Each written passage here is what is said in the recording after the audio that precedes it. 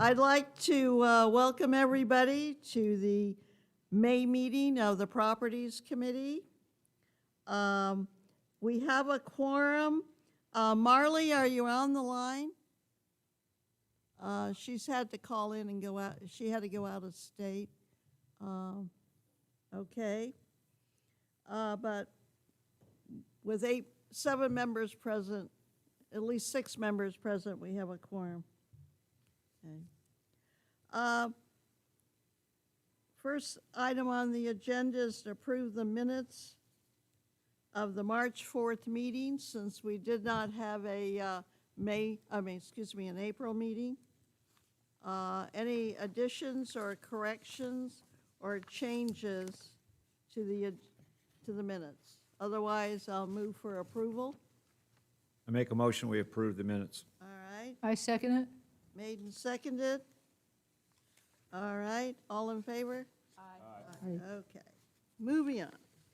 All right. I know everybody thought we were through with our policies. I don't know how many months we spent on them, but they're back. I'm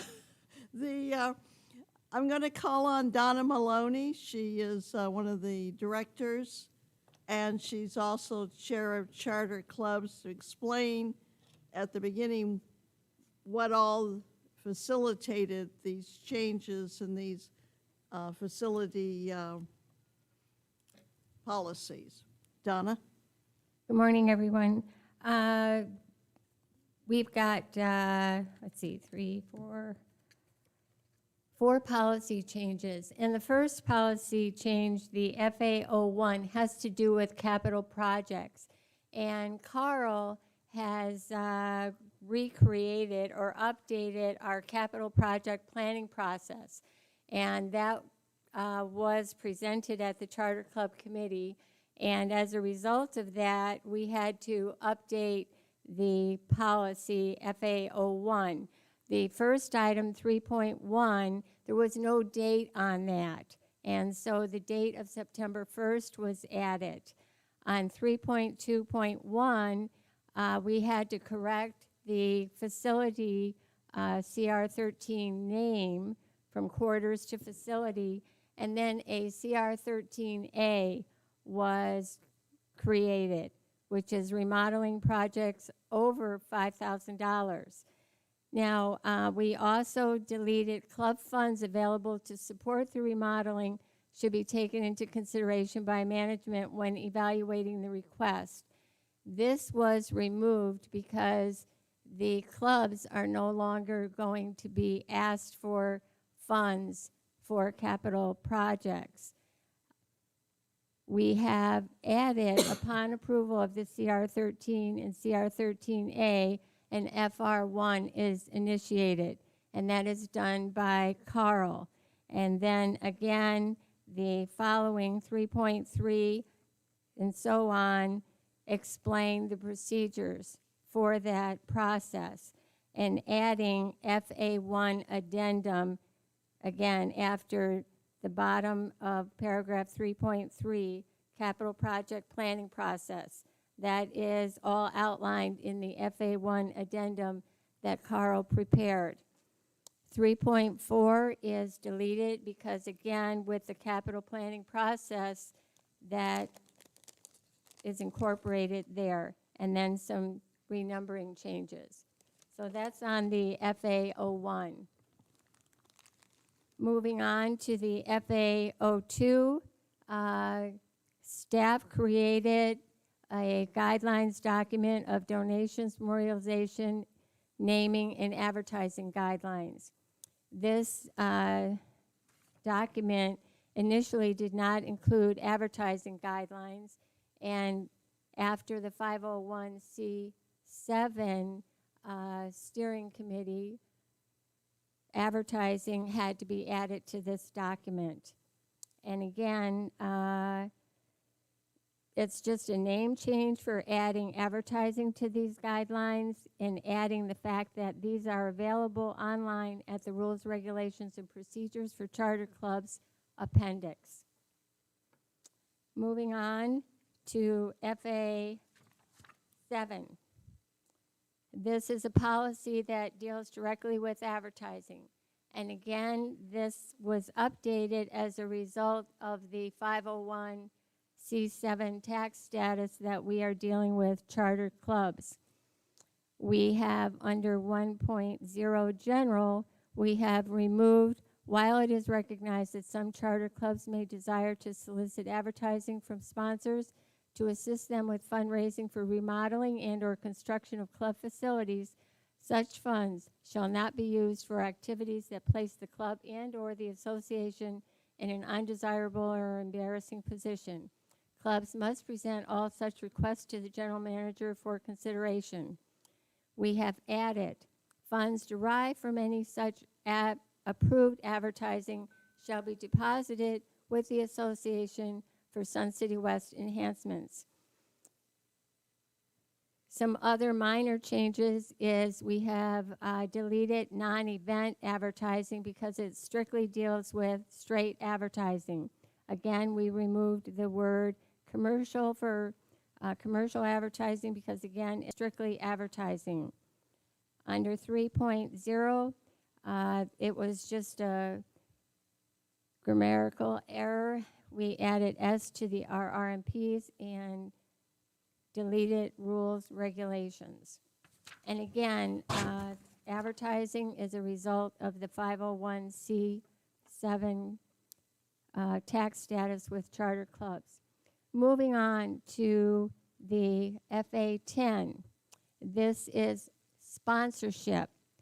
Again, we are giving clear definition as to advertising for clubs and sponsorships for clubs. Some minor changes, eliminating the word commercial and eliminating the word advertising. This is specifically addressing sponsorship contracts. So, again, clubs, I will just, this is, I'm not reading from the document now, I'm just sharing that clubs may do event sponsorships. They may have an event, have a sponsor, and those funds remain within the club. Sponsorship funds are for clubs to generate money for, you know, if they need a new piece of equipment or something like that. Advertising, all of the banners that you will see, for example, softball, pickleball, those are advertising within the community, and they need to fund through the association. That's it. FA11? I thought that's on the agenda at our next. Do you want me to talk about that now? Well, when we get to it, I guess. Okay.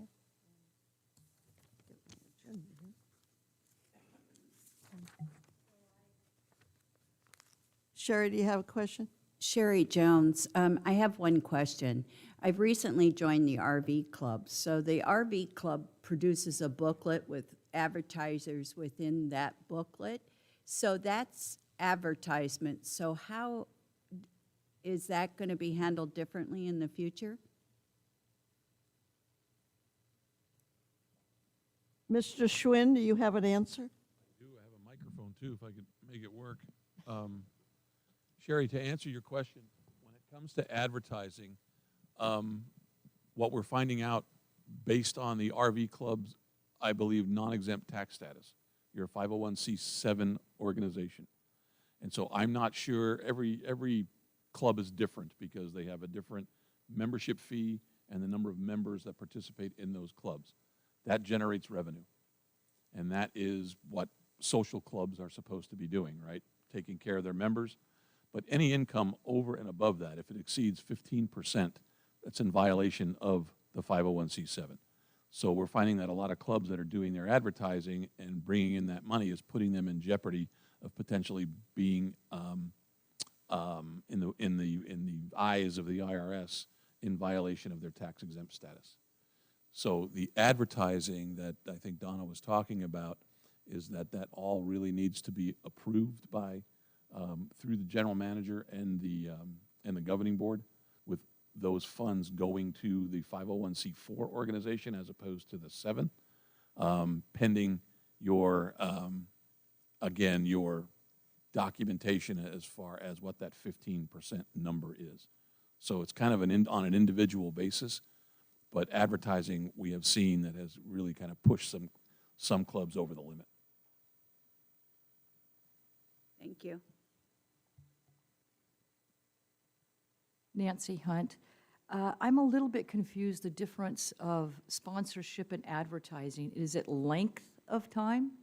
Yes, ma'am. Okay, so sponsorship is just for that event. Yes, ma'am. I think it Okay. depicts in there that sponsorship is basically kind of a 6-week program leading up Okay. to like a tournament or something along those lines, sponsoring an event. And then those banners or cards, whatever needs to be taken down. Absolutely. Okay, thank you.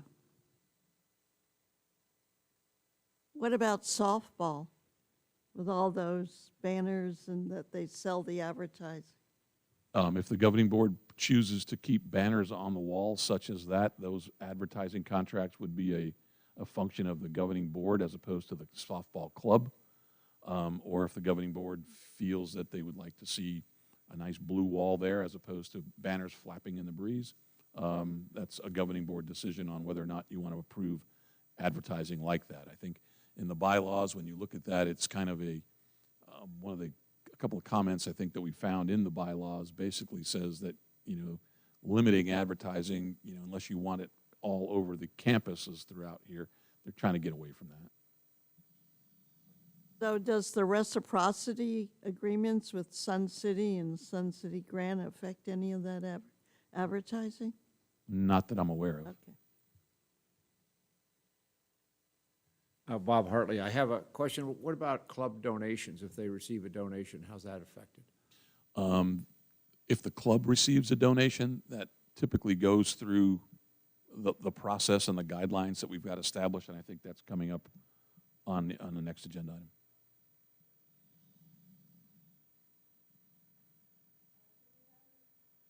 Do we have any questions on, or further questions on these first policies that Donna discussed?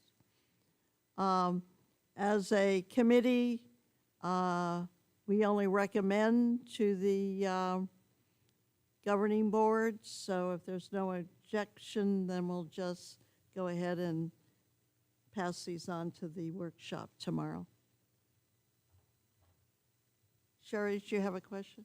I don't have a question. I just make the motion that we accept these policies as is. Policy FA 01, 02, 07, or FA 7, and 10. Do we have a second? I second. Okay, Bob Hartley. And all in favor? Aye. Yeah. Did Marley ever come on?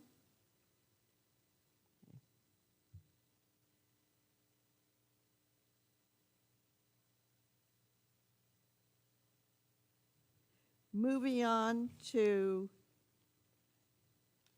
the 3.02.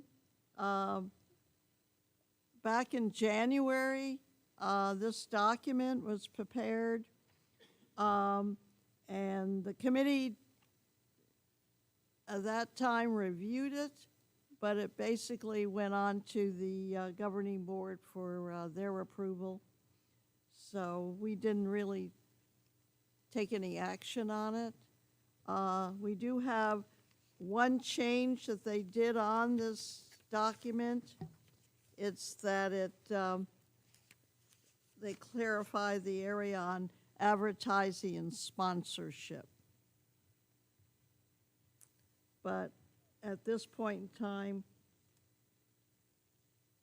they also made a change under donations.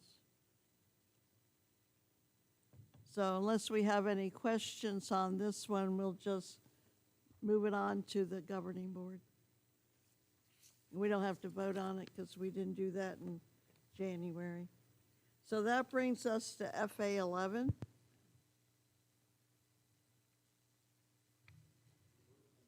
Yes.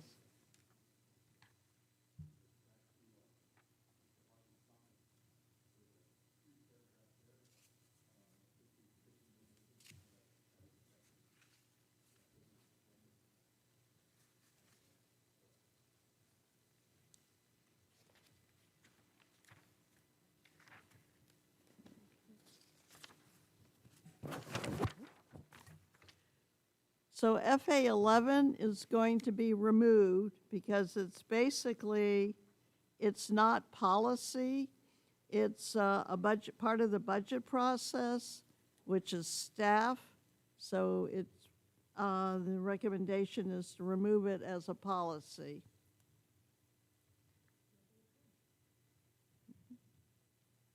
So does anybody have any questions on FA 11? Otherwise, we'll move it on to the governing board workshop tomorrow.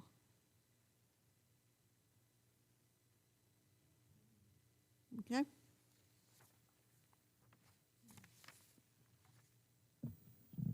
Yeah, I do have a question. It's so, the one that we have that's in red, is this what the governing board's going to be looking at? Yeah, the reason why it's in red is because it's being removed, the whole It's being- thing. The whole thing's being removed, okay. Right. All right, Be dropped as a policy. okay. All right, our next item on the agenda is the review of the 21-22 budget. And I just want to review a few things that I think this committee should be proud of. We have in here the greenhouse replace and expansion, at Beardsley, the aquatics lobby enclosure. At Beardsley, the pool area lighting improvement, Yahoo. Pool and spa area wall and decor improvements over at Beardsley. At Palm Ridge, they're going to do the indoor pool wainscot tile replacement. At Beardsley, we have at the back end of the pool, we're having the flooring taken out. That's in there, the carpet, and replaced with the rubber flooring like they have in the rest of the area back there. And remove the fountains and those horrible plants. And I have one area in the budget, Pete, that sticks in my craw. Down here where it says Kuntz Flooring Women's Club replace. Could we replace that Women's Club / Boomers Club? Sure. Thank you.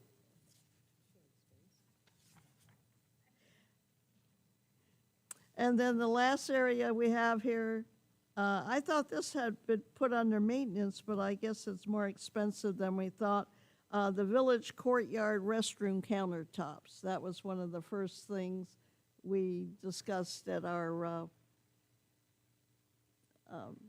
when we did the tour. So unless, I just wanted to say, I think the committee should be proud of that, and I think we have taken Beardsley out of the stepchild status finally. So, all right.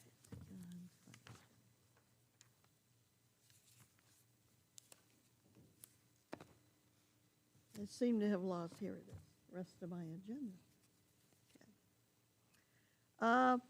Carl, do you have any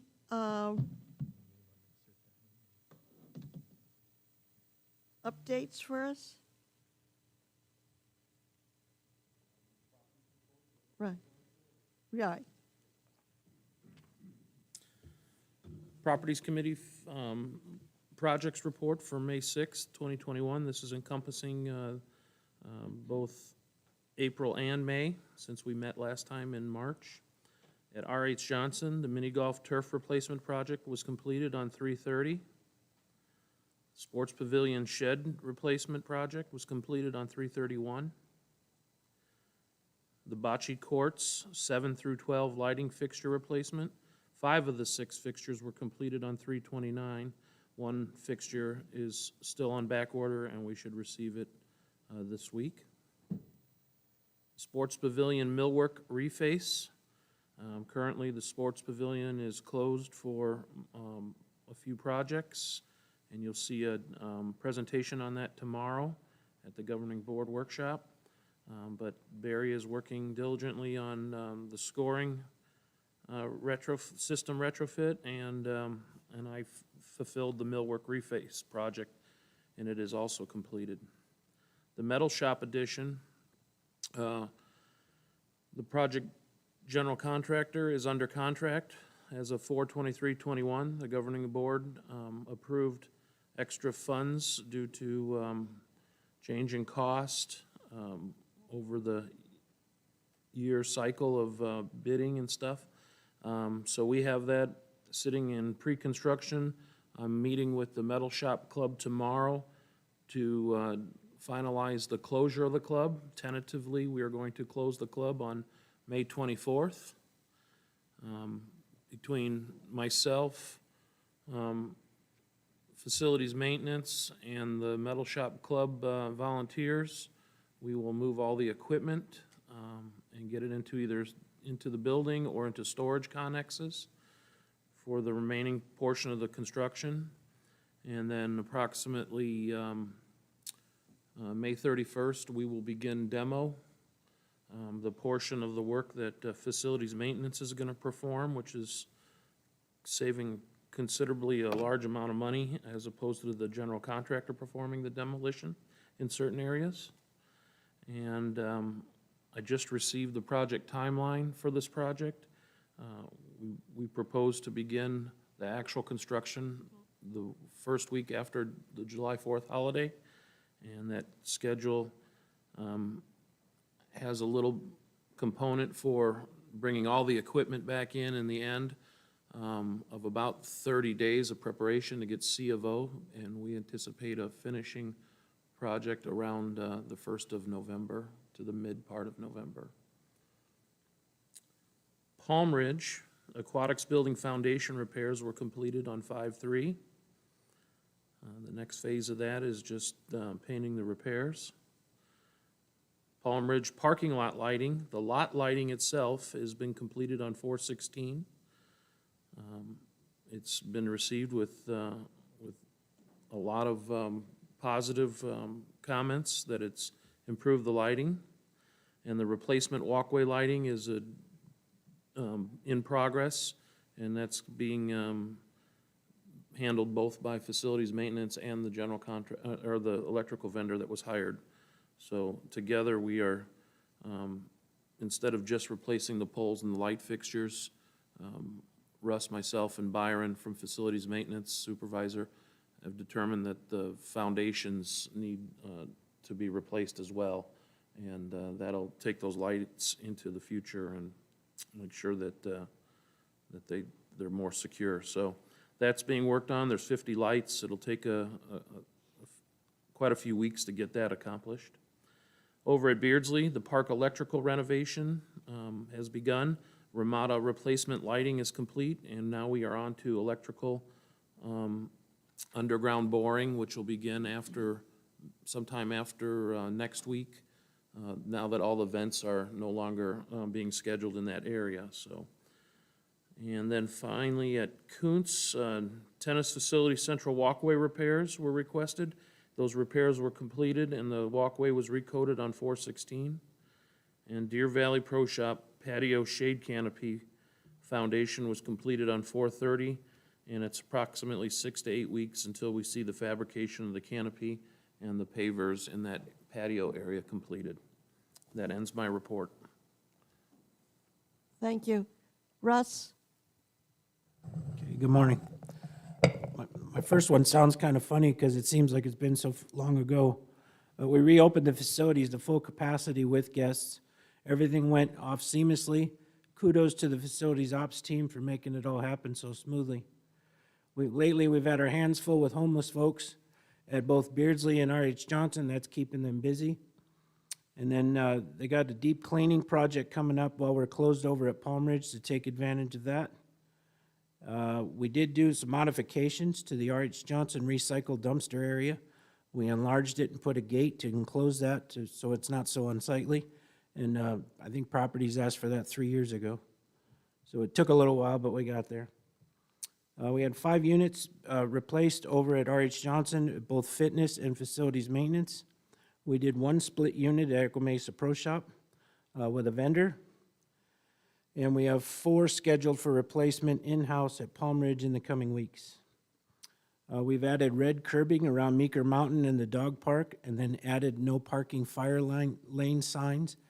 Those went up just the other day in the hopes that we get people to stop parking alongside the curb. I guess we had an incident with the fire department where they had a hard time getting to the person injured because of all the carts parked up against the curb. We also purchased and put up no pet signs. One of them was requested, I believe, at the softball, and then we replaced all the current signs at Kuntz so they read properly and they go accordance to the ARS codes. That completes my report. All right, thank you. Any questions for Carl or Russ? Yeah, I have a question. It probably pertains to a little bit about what's going to be done next year. Did we get the dance floor? It'd be Beardsley in the park area there? I thought that was in the budget. That is approved, yes. Okay, all right, I must have missed it then. Okay, thank you.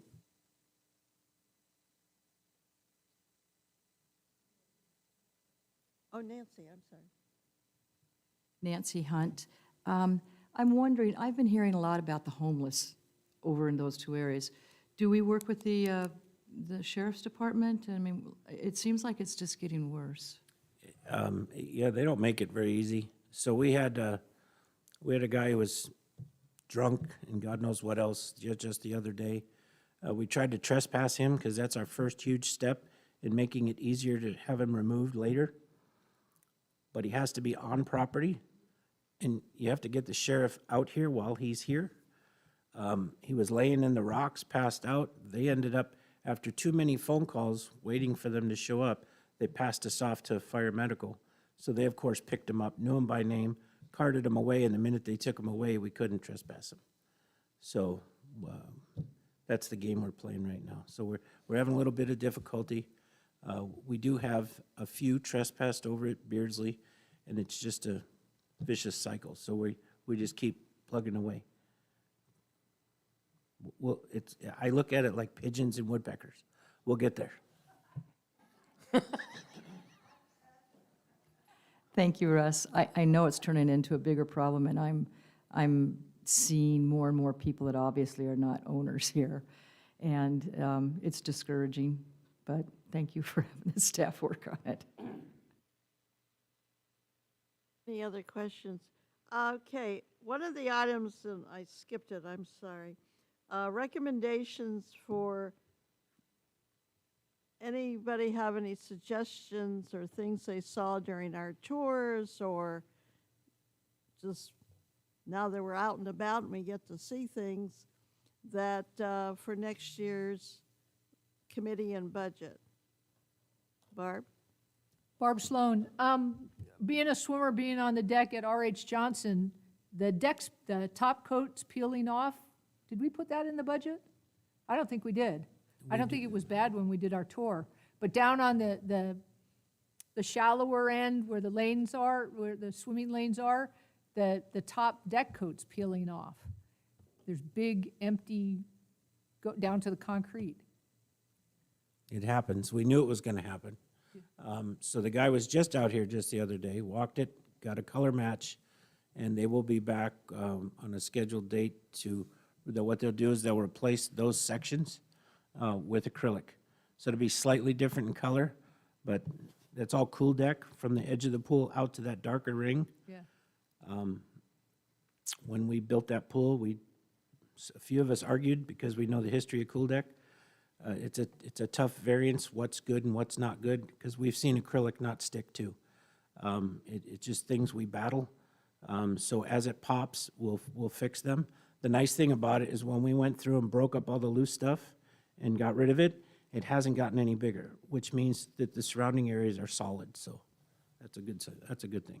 Okay, one more, Barb Sloan, again, another pool question. Lane lines, R.H. Johnson Pool. That you have the ratchet lane lines where you twist on the end to make them tighter, and there's a spool inside there. And so the lane lines, because people that aren't swimmers, and now kids are back in the pool, people sit on the lane lines, they stretch them and stuff. Can can those be taken off and have some of the slack taken off of the spool so they can be tightened again? I'm not saying this as a swimmer, but I guess I am, is that the swim team has grown and there's often 3 to 4 people in a lane. So if the lane lines are loose, they float outwards into the lane next to it.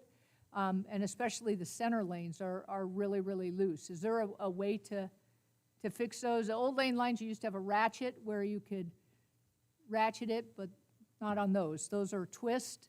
You have to undo them, and you have to cut the cable to tighten the lane line. So you have capacity to tighten them. So what you're gonna wanna do if that happens again in the future is just simply go up to the monitor and tell them they need to turn in a ticket to have the pool guy take a look at those lane lines. Okay, because what the monitor is saying is it can't be done. Well, they're not the ones that do it. All right, so, good. Yeah, Thank you. I'll take care of it. Thanks. All right, anybody else have anything? I invited Lou Mancuso, who's new on the governing board, and Lou is going to be serving on properties next season. And Lou, you had some suggestions for budget consideration for next year? You want to get to the microphone?